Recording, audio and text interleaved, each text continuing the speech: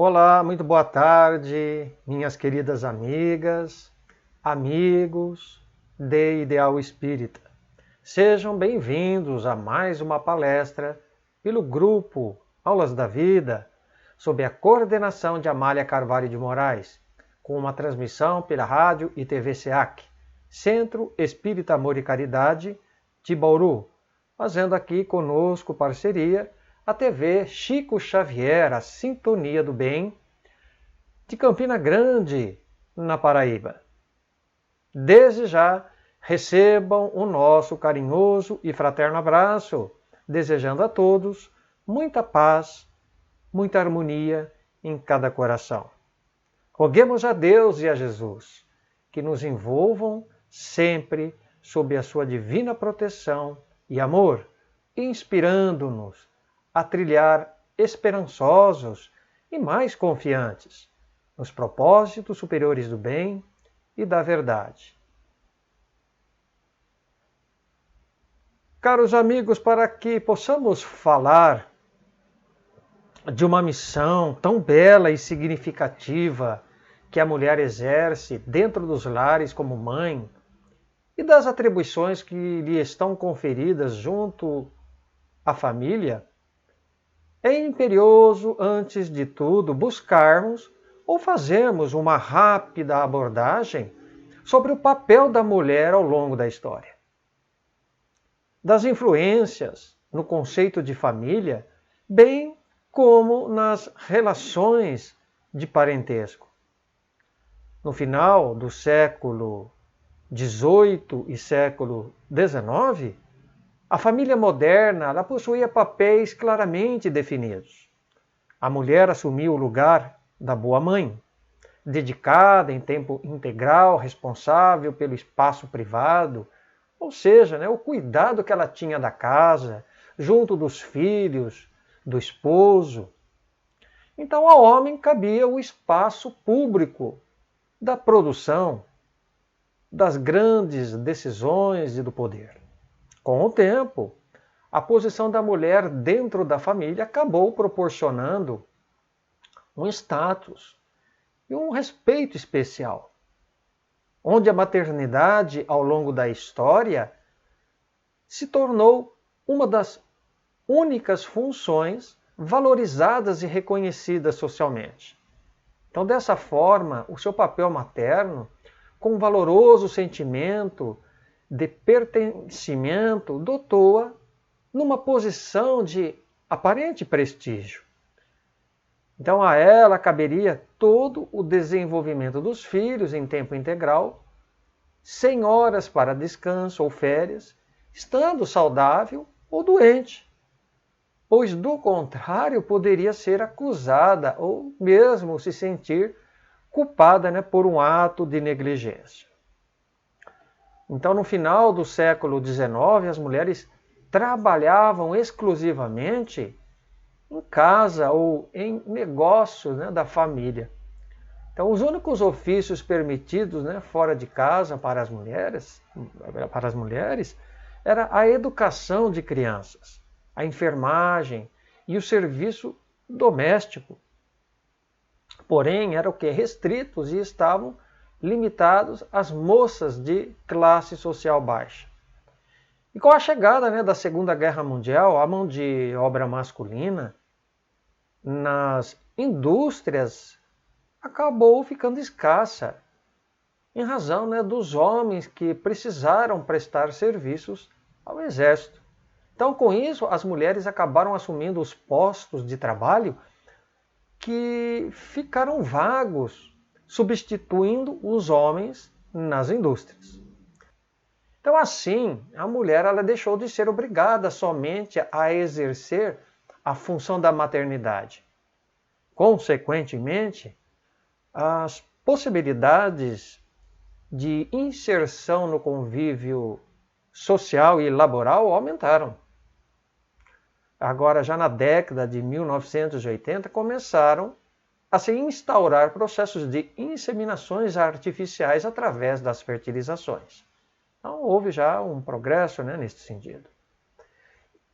Um avanço. as mudanças, né, viriam gradativamente, né, melhor dizendo. Então a mulher, meus amigos, ela deixa a função de ser aquela pessoa reprodutora, né, e passa a assumir uma identidade social mais autônoma e independente. Modifica-se também a legislação, onde o divórcio acabou se tornando o que? Mais simples, causando maior aumento e procura, já que, paralelo a isto, a sociedade ela tornou-se mais tolerante ao papel e direitos da mulher solteira ou divorciada. A mulher, né, que no passado ela tinha pouca escolha, ali se submetendo de maneira subserviente aos caprichos masculinos, contemporaneamente, ela começa então a abandonar o seu determinismo biológico e social para se redescobrir como autêntica e livre cidadã, com seus próprios desejos. Então, por isso é que os amigos espirituais afirmaram a Allan Kardec em O Livro dos Espíritos que as desigualdades das condições sociais, não sendo parte da natureza, ela constitui, portanto, obra do homem e não de Deus. Segundo Philippe Ariès, um importante historiador e medievalista, né, francês da família e infância, ele diz que o sentimento de família, como o entendemos hoje, surge apenas nos séculos XVI e XVII, acompanhado do interesse pela família e da valorização da criança. Porque antes a família ela não possuía uma função afetiva, tendo que apenas o papel de manter e conservar os bens, de compartilhar um trabalho e de promover as próprias vidas, quando, em torno do século XV, isso antes, né, os membros não tinham condições de sobreviverem sozinhos. Então a mulher era vista apenas nas funções, né, de reprodutora e cuidadora. E o casamento era considerado como um negócio entre a família ali dos noivos, de modo que não havia necessidade de afeto entre os cônjuges. Uma coisa bem difícil, né, de entender, mas era assim. Que na a maioria das vezes eram desconhecidos um para o outro. Era aquele tipo, né, casamento arranjado por interesses, né, financeiros, os dotes, como se falavam. Então a família atendia a uma realidade moral e social, mais do que sentimental. O modelo da família tradicional, ela vem com isso, ela se alterando ao longo dos tempos. A gente percebe onde não só o homem, ele procura administrar os cuidados de sua casa e filhos através do trabalho remunerado, como também a mulher, ela vem já ganhando o seu espaço no mercado, com maior independência e empoderamento, né, dentro deste conceito muito falado hoje em dia. Então, atualmente, exercem uma dupla jornada de trabalho as mulheres, dedicando aos afazeres da vida familiar e profissional, oportunizando-a a lançar mão de sua criatividade com maior cota de participação nos empreendimentos e nos negócios. E cada vez mais, né, tem crescido o número, pessoal, de mulheres que trabalham fora de casa, para contribuir na renda familiar. Olha aí as provedoras, né, da família, do lar. Então, além do compromisso da maternidade, muitas mulheres elas estão preocupadas com sua realização acadêmica, desejando conquistar uma carreira profissional, vislumbrando nessa atividade uma condição necessária ao sucesso da sua vida. Além disso, o próprio trabalho feminino ele passa a garantir inúmeras vezes a subsistência das famílias, Bom, meus amigos, então nesse sentido, talvez um dos aspectos mais desafiadores para a mulher, né, como provedora do lar e da família, é a maneira como tem ela procurado conciliar, né, as funções familiares com as acadêmicas e profissionais. Essa dupla jornada, né? E dentro do lar também. Que até mesmo há alguns anos atrás ela podia se pensar da mulher zeladora do lar e dos filhos, se abstendo, né, da preocupação financeira e do sustento que somente ali competia ao pai como o chefe da família. Mas, né, face às contingências, né, que hoje, muito difícil, desse grande panorama socioeconômico que o mundo vem atravessando, a mulher então ela se viu obrigada a compartilhar direitos e deveres com o seu cônjuge, até mesmo por uma questão de sobrevivência, bem-estar e segurança. Haja visto, né, as despesas extras com plano de saúde que surgem, que necessitam, o seguro, a escola, né, onde se multiplicam cada vez mais, onerando a economia familiar. Nós sabemos que o ritmo de vida hoje é bem difícil, né, com relação a um passado. Então, neste atual retrato populacional, nós vemos que a mulher está vivendo mais dinamicamente, engravidando mais tarde, acumulando mais anos de estudos, liderando as estatísticas de formação profissional, tendo sido então cada vez mais a responsável pelo sustento no lar. Tudo isso é bom, nós sabemos. Elas devem acompanhar o próprio progresso. Porque até mesmo a gente tem que concordar que cai por terra, né, todo aquele velho conceito, né, o preconceito, né, machismo, né, da mulher servil. Né? Que a mulher ela tem que ser da casa somente. Não é isso. Mas a gente tem que ver sempre os dois lados da moeda, ou seja, em contrapartida, não é? Porque a gente, vendo a partir deste novo cenário criado, em virtude do próprio progresso, as mulheres mães,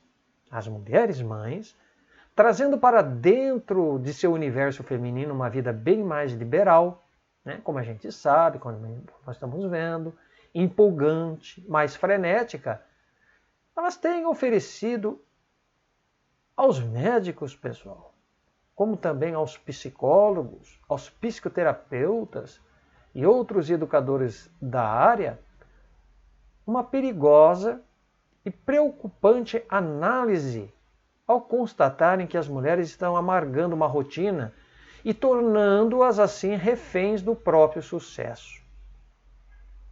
Então percebam, né?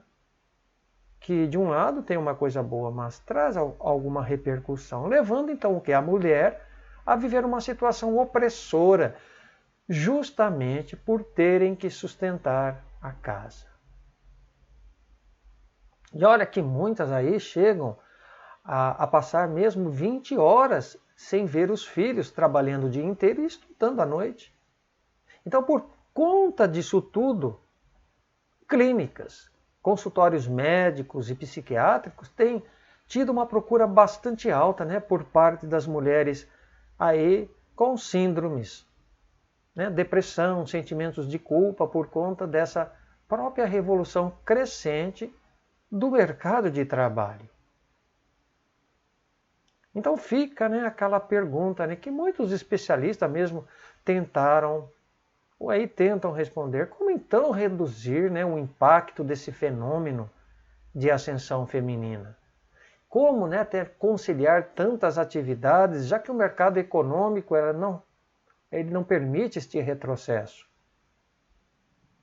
Como então aliviar a carga da própria mulher que responde hoje, como sabemos, por quase metade do trabalho formal e ainda representa uma coluna de sustentação no lar? A dupla jornada. Então fica difícil, né, os especialistas.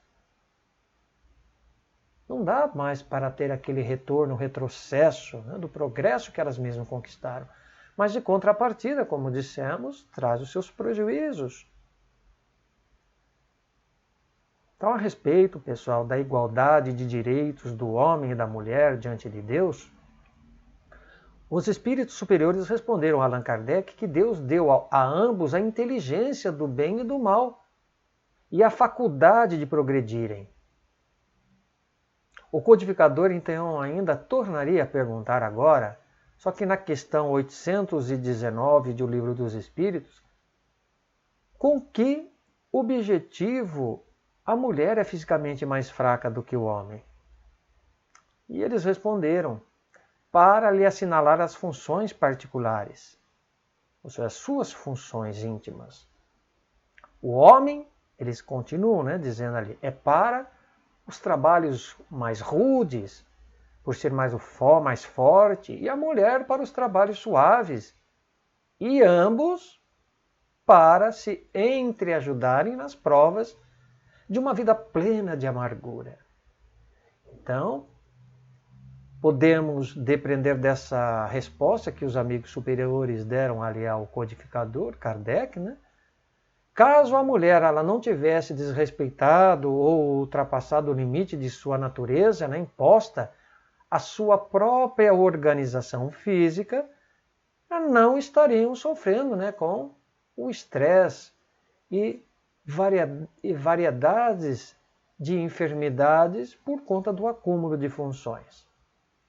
Repetimos, não é porque a mulher tem que deixar aquilo que ela conquistou ao longo do tempo, mas ela tem que ter este equilíbrio, sabendo de que antemão ela tem uma compleição física um pouco mais delicada, que exige mais cuidados, mais atenção.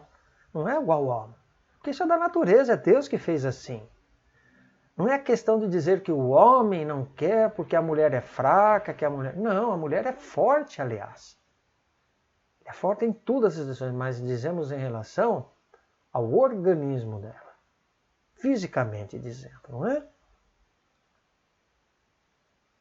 O feminismo, pessoal, que atualmente prega e dita a superioridade da mulher sobre o homem, né, no sentido de domínio exclusivo, tem deturpado, né, até mesmo esses direitos com prejuízo à sua classe social. Mas, como se diz, né, que todo exagero até certo ponto pode ser prejudicial, o espírito de Emmanuel, no livro Consolador, pela psicografia de Francisco Cândido Xavier, interpreta e nos esclarece um precioso assunto com relação ao movimento feminista da atual civilização.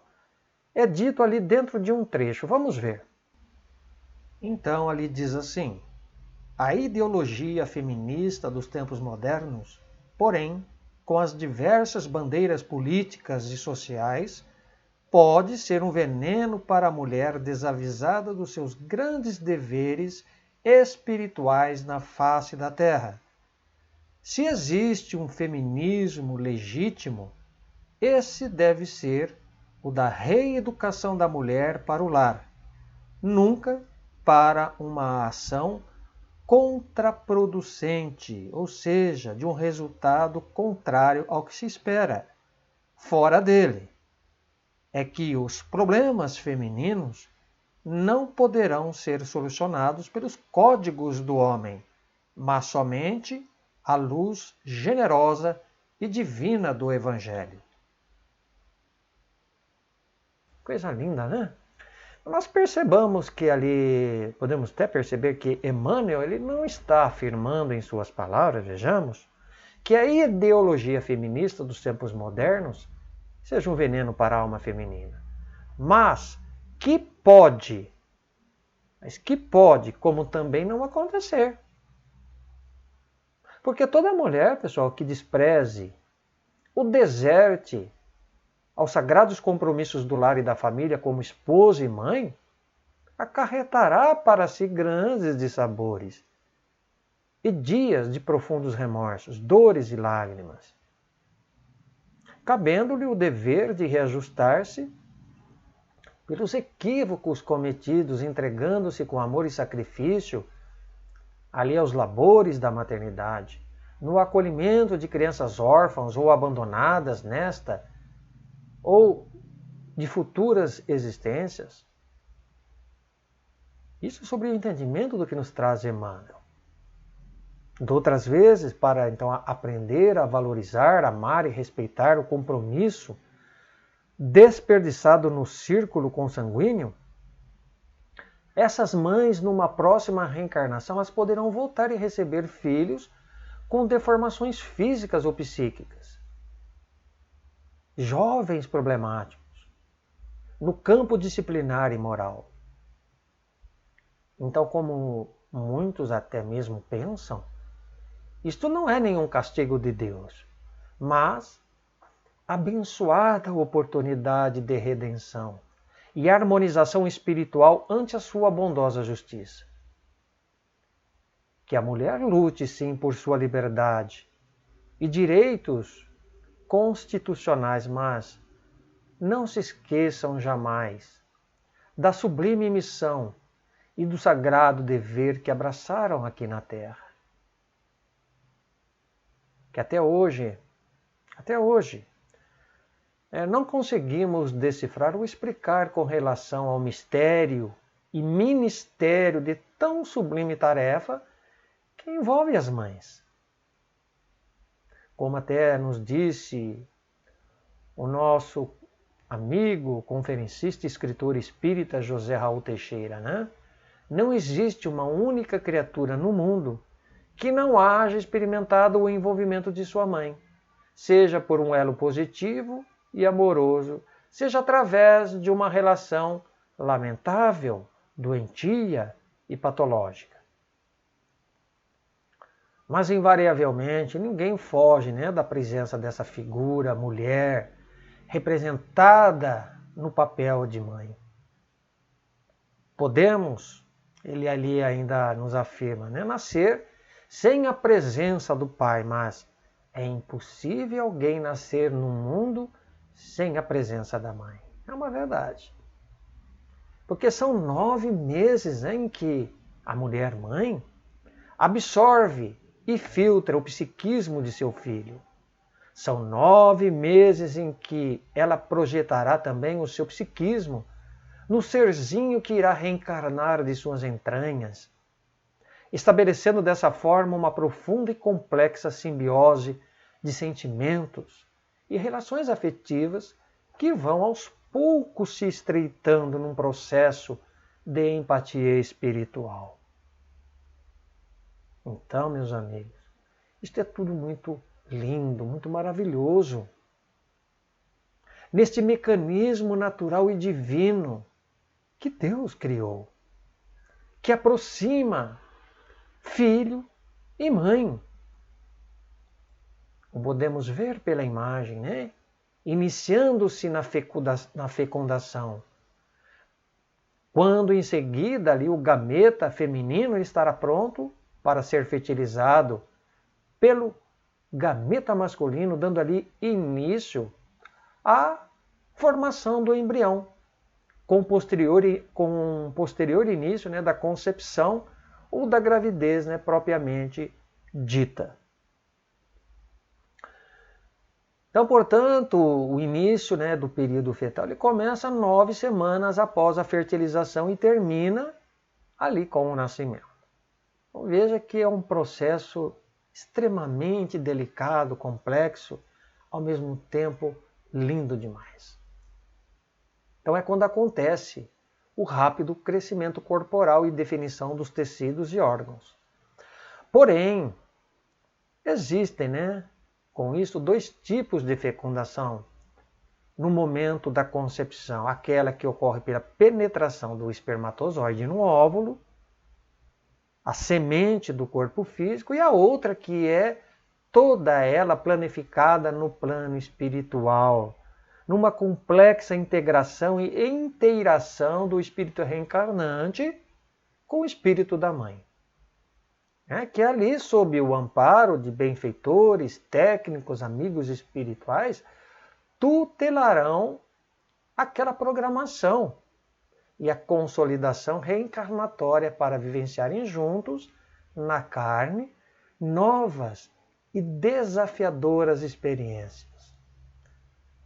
Quando nós estudamos, meus amigos, ali no livro Missionários da Luz, também uma das obras ditadas pelo Espírito André Luiz, pelas abençoadas mãos do nosso querido Chico Xavier, o escritor espiritual ele destaca um modelo de reencarnação planejada.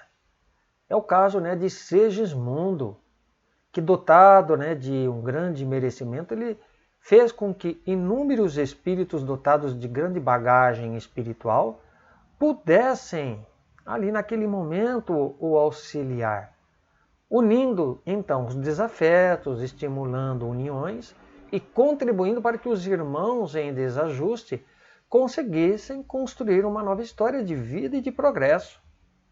Então essa é a razão, quando os espíritos responderam ao codificador Allan Kardec em O Livro dos Espíritos que o objetivo da reencarnação ela está fundamentada na expiação, para que haja o aprimoramento progressivo da humanidade. Concluindo em seguida, nesta resposta que os Espíritos nos dão, que sem isso, onde estaria a justiça de Deus? Então temos neste grande mistério divino o milagre da vida, o grande milagre, possibilitando neste abençoado intercâmbio de reaproximação aqueles que de outras épocas estabeleceram um profundo e permanente vínculo de amor e afetividade. Outros que se anelaram por um forte magnetismo de ódio, de perseguição. Então, a mãe é aquela doce e sublime criatura que simboliza um ninho que deverá acolher um novo ser ainda frágil e incerto de sua vida futura, cujo espírito, embora ali no emblema da inocência infantil, ela trará esculpido em seu caráter tanto as boas como as más tendências de outras épocas, cabendo então aos pais e principalmente às mães um devotamento, um desprendimento aos filhos que chegam de maneira a prepará-los no seu desenvolvimento e progresso moral, como também espiritual. Então, como nos afirma Allan Kardec, ali no Evangelho, em O Evangelho, segundo o Espiritismo, outra obra dele, da sua codificação, está no capítulo 8, com a proximidade da encarnação, ele nos diz assim, que o espírito ele passa por um período de perturbação, onde perderá, pouco a pouco, essa consciência de si mesmo, experimentando, então, uma espécie até de sono. Aquela perturbação quando nós saímos do transe do sono. Às vezes não conseguimos nos identificar, nos achar em determinado instante, aquela fração, até que nos recompomos e vemos que estamos dentro do quarto, onde despertamos. Então, é como dizendo, eles experimentam uma espécie de sono transitório, durante o qual todas as suas faculdades se conservarão em estado latente ou adormecidas.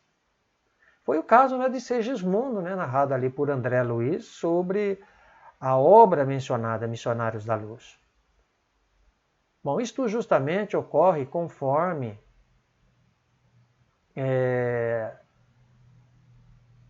a própria nos descreve como uma medida, uma justa medida, pessoal, de misericórdia do Pai que nos criou. Pois sabemos que para uma mãe, o seu filho, ele será sempre um anjo. Sempre um anjo. E preciso, e assim é, que assim seja para quê? Justamente cativar a sua solicitude. Pois do contrário, vamos pensar, ela não teria condições de ofertar a mesma ternura e cuidados que às vezes encontrando sobre os traços infantis um caráter viril e truculento, e ainda menos se conhecesse o seu passado. Então seria difícil, né, ter ali sob seus olhos aquele que talvez foi seu inimigo, foi aquele que prejudicou. Então olhe como é sábio, como é justo Deus, né? Como Ele é misericordioso. Então precisamos entender que o corpo, sendo novo, trazendo toda esta aparência da inocência e da simplicidade, de contrapartida, o espírito que o habita geralmente já é velho e, por conseguinte, desabrochará sua boa uma índole acumulada em sua longa trajetória espiritual. Não é? Então, por isso que tudo é sábio nas obras de Deus, em que a criança ela tem necessidade de cuidados delicados e que somente a ternura materna pode ali lhe oferecer.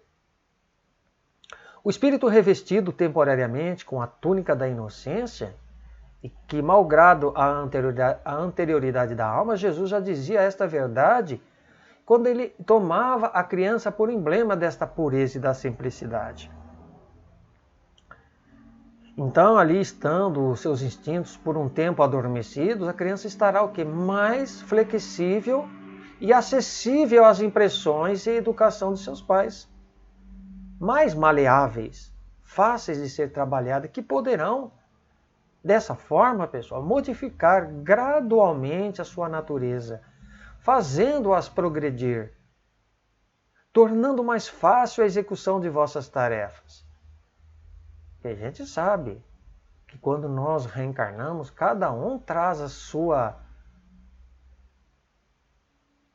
sua natureza intrínseca, mas que custará pelo desvelado empenho, pela dedicação dos pais, da mãe que está investida dessa sensibilidade maior, de poder redirecionar, ajudar aquele espírito na sua formação moral, na sua reeducação moral, melhor dizendo, né? Na questão 208, né, do Livro dos Espíritos, está escrito que o espírito dos pais tem a missão de desenvolver o dos filhos pela educação. Isso é para ele uma tarefa. Se nela falhar, será culpado. Bem, entretanto, dotada por Deus de uma sensível e singular aptidão, a mulher ela traz pelo compromisso materno que abraçou a função desse desvelado amor e carinho, sempre procurando atendê-los em suas necessidades mais prementes. Então, sobre isto, em O Livro dos Espíritos, o codificador, mais uma vez, ele pergunta, né, está na questão 821, como vamos ver agora, pelo slide.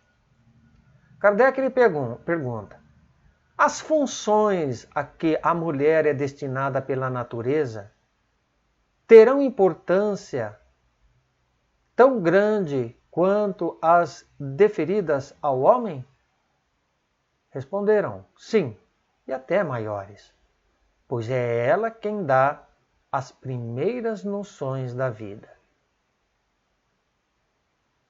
Então, em virtude, né, dessa imensa responsabilidade e da missão, né, que as mães estão investidas, é Paulo agora, que o apóstolo Paulo, em sua primeira carta a Timóteo, no capítulo 5, versículo 8, que escreve assim. Vamos ver?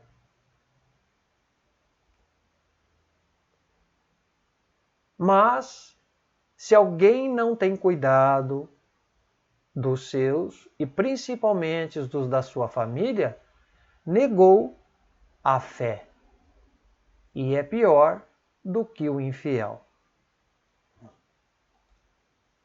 Mas bem, então quando nós passamos a pensar nisso, nós passamos a verificar a importância, né, da mulher consciente do seu dever, do papel e certeza de sua influência sobre os seus filhos. É ela, pessoal, que exercerá capital importância na sua transformação moral e educação para a vida, para o mundo. Então, desse modo, podemos dizer que existem mães que criam seus filhos tanto para cima, outras que empurram seus filhos para baixo. ensinando muitas vezes a pagar o mal com o mal, a serem orgulhosos, egoístas, a combater violência com violência, inoculando neles as suas fragilidades, seus temores e pontos de vista mesquinhos. Mas temos também aquelas mães que verdadeiramente sabem, protagonizar e reger a batuta do amor, se abdicando muitas das vezes de seus prazeres e vontades para tornar a felicidade do filho amado, dizendo assim: olha, meu filho, quando um não quer, dois não brigam. Roupa suja se lava em casa, porque será em casa que você encontrará amor. Muitas vezes ouvimos dizer isso, as mães falarem, que roupa suja se lava em casa. Pois é dentro de casa, porque as mães acabam dizendo isso, sabem por quê, meus amigos? Porque elas sabem que o mundo lá fora, ainda, infelizmente, está repleto desses perigos, dessas armadilhas, de mentiras e seduções para arrastar no caminho do mal os seus filhos, que se aventuram, se entregam vislumbrados ante a falácia de pessoas pervertidas. É os golpes que existem por aí, para tomarem seus filhos sob seus cuidados. Então, quantos filhos se revoltam, às vezes, contra suas mães, achando que elas estão desejando o seu mal? Não é? Contrariando suas vontades e desejos, cerceando certas companhias que julga ser inadequadas e nocivas para ela, podendo ali aplicar aquele até mesmo velho e conhecido ditado popular: olha, diga-me com quem andas e eu te direi quem és. Então são mães que sabem realmente educar os seus filhos para a vida maior no amor e perdão do Cristo Jesus, de formarem homens com retidão, livres e independentes, pois estas, meus amigos, adquiriram a consciência de que eles não são as suas propriedades ou pertences, onde cedo ou tarde deverão devolvê-los ao Criador.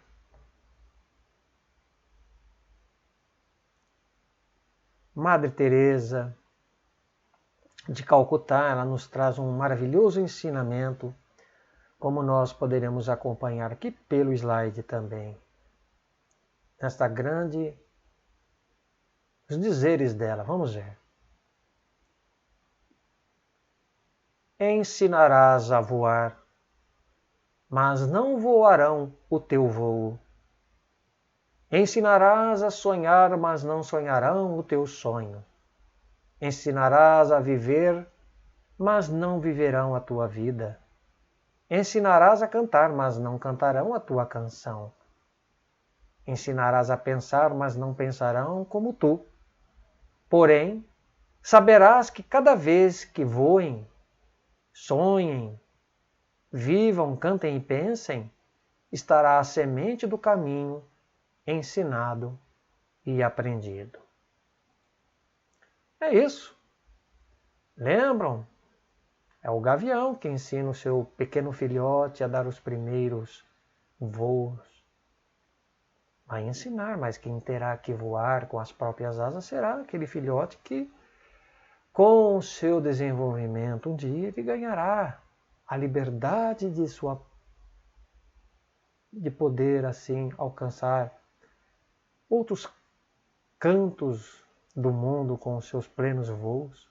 Não é? Assim é em relação à mãe. Ensinará, mas caberá a ele voar, cantar, enfim. Entretanto, pessoal, as mães estão na qualidade de sublimar e condição transitória de auxiliar e guiá-los, vejam bem, no caminho do bem e da verdade, onde recebem como fiéis depositárias a feliz e abençoada oportunidade de servirem na seara da Mãe Amantíssima de Nazaré, Mãe de Jesus.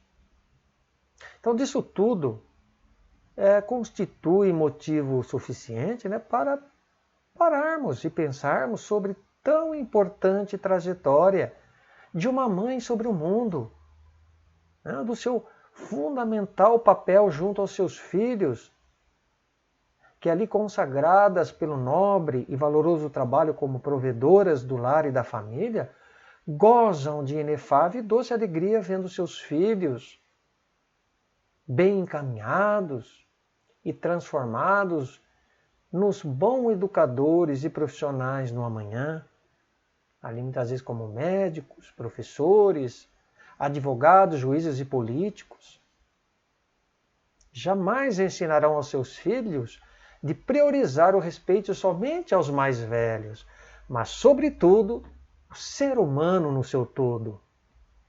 A proteger e amar os animais, de cuidar das plantas e de toda a natureza que os cercam. Vejam que a mãe ela tem a responsabilidade não só de erguer o seu filho interiormente, mas também a conhecer exteriormente aquilo que faz parte do seu viver. Uma mãe ama o seu filho. Vejamos, vamos observar isso bem também. Independentemente do que ele seja e de quem ele seja. Porque às vezes elas não conseguem ser mães de filhos carnais, mas de sangue, né, do mesmo sangue, mas são mães de coração que abraçam a orfandade nas casas de abrigo infantil e de adolescência. Outras vezes são elas mães dos sobrinhos, dos irmãos mais novos, enfim, de todas as crianças abandonadas, porque é da mulher esse instinto de maternidade, não é mesmo? Então, uma mãe, ela sempre traz com relação aos seus filhos a essência viva da fé e da esperança, da paciência e da coragem. Incansável, ela jamais desiste de lutar por sua melhora, pelas noites de vigília que se dedica, até mesmo baseado em fatos reais. Conta-se que uma certa imprensa jornalística ela divulgou a história de uma mãe chinesa cujo filho de 36 anos, depois de ele ter sofrido um acidente de carro, ele acabou ficando tetraplégico, né, e entrou em coma. O pai, né, desse rapaz, ele havia morrido quando ele era ainda criança, né, o pai já tinha falecido. E a mãe, assumindo ali sozinha a árdua tarefa de atender ao filho, passou a alimentar, né, por meio de um tubo ligado ao estômago, dava-lhe ali constantemente os banhos, fazia massagens em seu corpo, né, para que evitasse as escaras, aquelas feridas, né, no corpo. Então era muito trabalho, muita dedicação. Estava então ao seu lado dias e noites incontáveis, sem esmorecer. E ali os meses foram passando, né, vagarosamente até se transformarem em 12 longos anos. Quando num belo dia ele despertou do coma.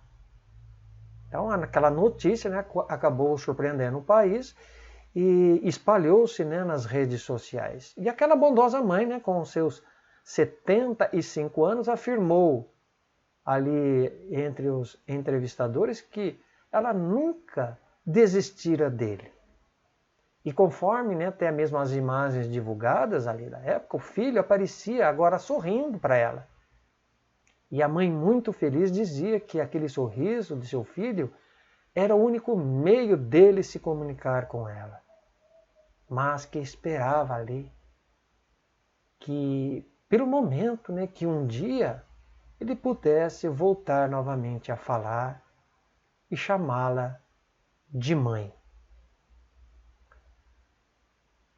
Assim como também o maior santo pode receber o amor de uma mãe, meus amigos, o maior criminoso, o maior vil dos homens, pode igualmente receber esse amor incondicional.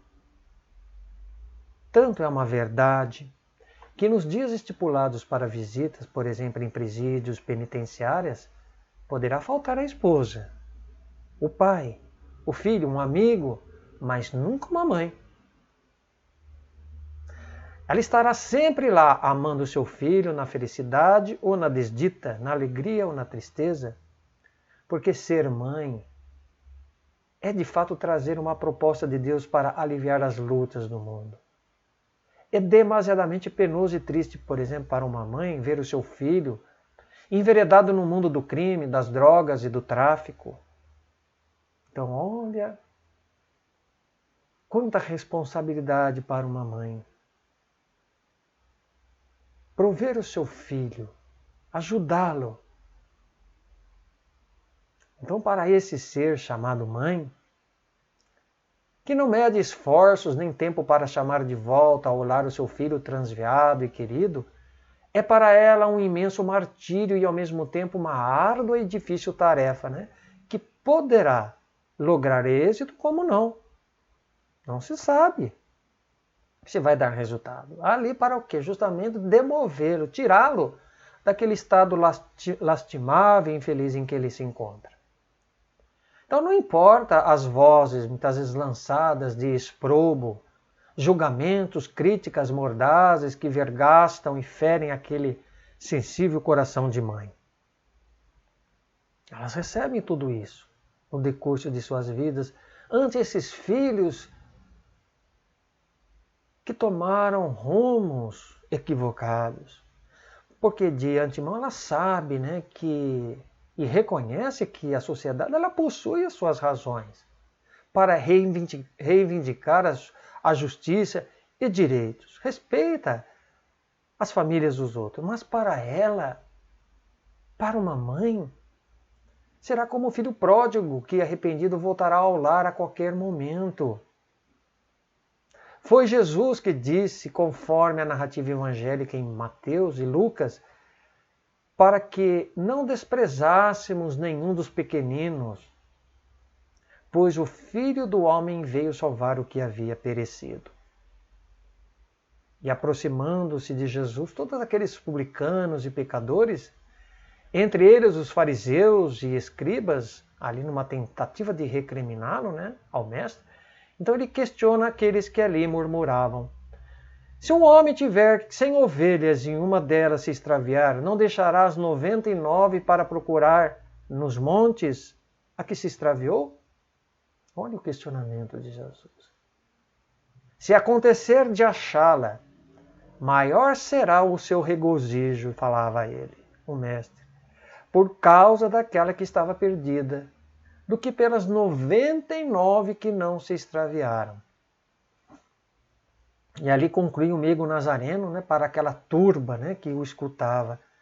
É da vontade de vosso Pai que estás nos céus, que não pereça um só desses pequeninos. Então, a parábola da ovelha perdida, ela simboliza exatamente a realidade. Hoje das mães que se entregam por amor aos seus filhos, sem excetuar qualquer um deles do seu desvelado carinho, de uma palavra confortadora, amiga, de um olhar tranquilo e reanimador, de mãos suaves a afagar vossos ânimos abatidos, buscando curar seus corpos cansados e doentes. Uma mãe, meus amigos, é como aquele bom pastor que cuida de suas ovelhas. Recebam. Que ao notar o rumo ignorado e perigoso tomado por seus filhos, fará de tudo para reconduzir ao aprisco. Tomando aquele exemplo até da parábola do filho pródigo, verificamos ali, né, dentro da parábola, o perdão, né, incondicional e aquele amor, né, enternecido do pai por seu filho mais novo, que retorna ali arrependido ao lar, após ele ter dilapidado, todo o seu patrimônio, né, nos prazeres dissolutos. E o pai, né, tomado então de grande alegria, ele exclamava então aos seus servos: trazei depressa a sua melhor roupa. É isso, quando ele vendo o filho retornar. Tragam um anel a ele, os sapatos para os seus pés, e preparem um novilho bem gordo para comermos e festejar, porque este meu filho que estava morto agora revive, o que estava perdido agora se achou. E a gente sabe, né, que a parábola ali em seguida fala também do filho mais velho que, tomado de ciúmes e indignação, ele se sente desconsiderado pelo pai a quem tanto serviu e guardou os mandamentos. Vendo ali no instante o irmão mais novo sendo acolhido num grande banquete com todas as honras, porque para ele não merecia, né? Porque era ele que tinha se afastado do lar, abandonado. Então, trazendo essa parábola e fazendo uma analogia, em síntese, ela representa e não difere muito de uma mãe, pessoal, que confere um maior apreço e favoritismo por um filho que outro, demonstrando e cercando-o com mais atenção, né, e cuidados. Às vezes é o filho do meio, né, que é o primogênito, é o caçula que se sente rejeitado, às vezes diminuído pelos pais, justamente, né, por não aceitarem e compreenderem que o irmão ou a irmã, em obtendo maiores benefícios e espaço, né, principalmente no conceito da mãe, geralmente ali esses são desprovidos, ora de saúde, horas da dificuldade em aprender uma tarefa ou assimilar uma matéria escolar. Noutros momentos, ajudando a dirimir mais acertadamente a rebeldia e a indolência daquele considerado a ovelha negra da família, porque a gente sabe, né, que a mãe ela devota muitas vezes um cuidado, uma atenção, uma educação àqueles filhos, justamente por ele ter dificuldade de aprendizado. Não é que abandonou o outro. Porque, na verdade, vamos ver, isso não significa que uma mãe, ainda que aparentemente tenha mais amor e consideração por um filho em detrimento de outro. Mas sim, como nesta parábola do filho pródigo, ela vê, ela sente e considera a importância do seu desvelo em receber aquele filho, em se aproximar dele, de educar, de orientar e de ajudar aquele filho querido em suas deficiências mais prementes, sejam elas físicas, intelectuais, morais, nem sempre encontradas no outro. O que lhe garanta, né? O que acaba lhe garantindo uma certa tranquilidade e um relaxamento natural ao filho que está melhor posicionado. Seria melhor para entender, se esse meu filho ele já está bem conduzido na vida, não me traz problemas, não me traz dores de cabeça, eu preciso ajudar aquele que está mais difícil. É isso que é o que estamos tentando aqui resumir. Tomando então por simples comparação, seria então como um enfermeiro, né, que tendo ali 2 pacientes sob os seus cuidados, sua custódia, deixasse um em melhores condições para socorrer o outro em estado mais grave. Isso também não significa que ele abandonou o outro que está melhor, mas que irá cuidar daquele que está em situações piores. Então veja, isso se aplica à mãe. Bem, meus amigos, então aqui despeço-me, agradecendo por todos que puderam nos acompanhar com sua paciência, assim trazendo a oração das mães, ditada pelo espírito de Meimei do livro Mãe, Antologia Mediúnica, psicografia de nosso querido Francisco Cândido Xavier.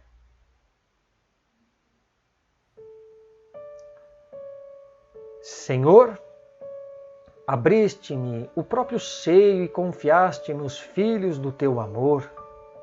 Não me deixes sozinha na estrada a percorrer. Nas horas de alegria, dá-me temperança. Nos dias de sofrimento, sê minha força. Ajuda-me a governar o coração, para que meu sentimento não mutile as asas dos anjos tenros que me deste, e adoça-me o raciocínio, para que a minha devoção afetiva não converta em severidade arrasadora. Defende-me contra o egoísmo, para que a minha ternura não transforme em prisão daqueles que asilaste em meus braços.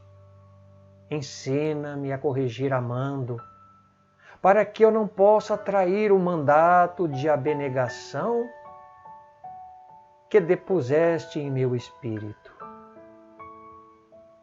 Nos minutos difíceis, inclina-me à renúncia com que devo iluminar o trilho daqueles que me cercam.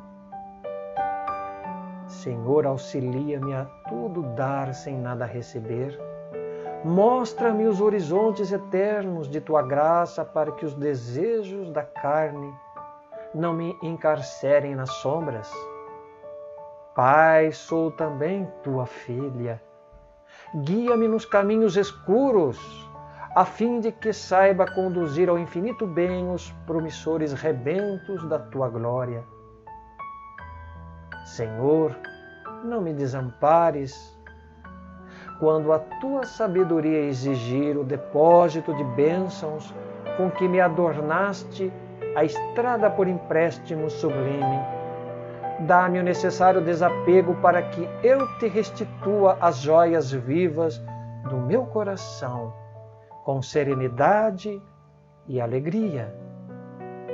E quando a vida me impuser em Teu nome o desprendimento e a solidão, reaquece minha alma ao calor do Teu caminho celeste, para que eu venere a Tua vontade para sempre. Assim seja. Muita paz a todos. Até uma próxima oportunidade. Que Deus nos guarde e nos mantenha em sua infinita paz.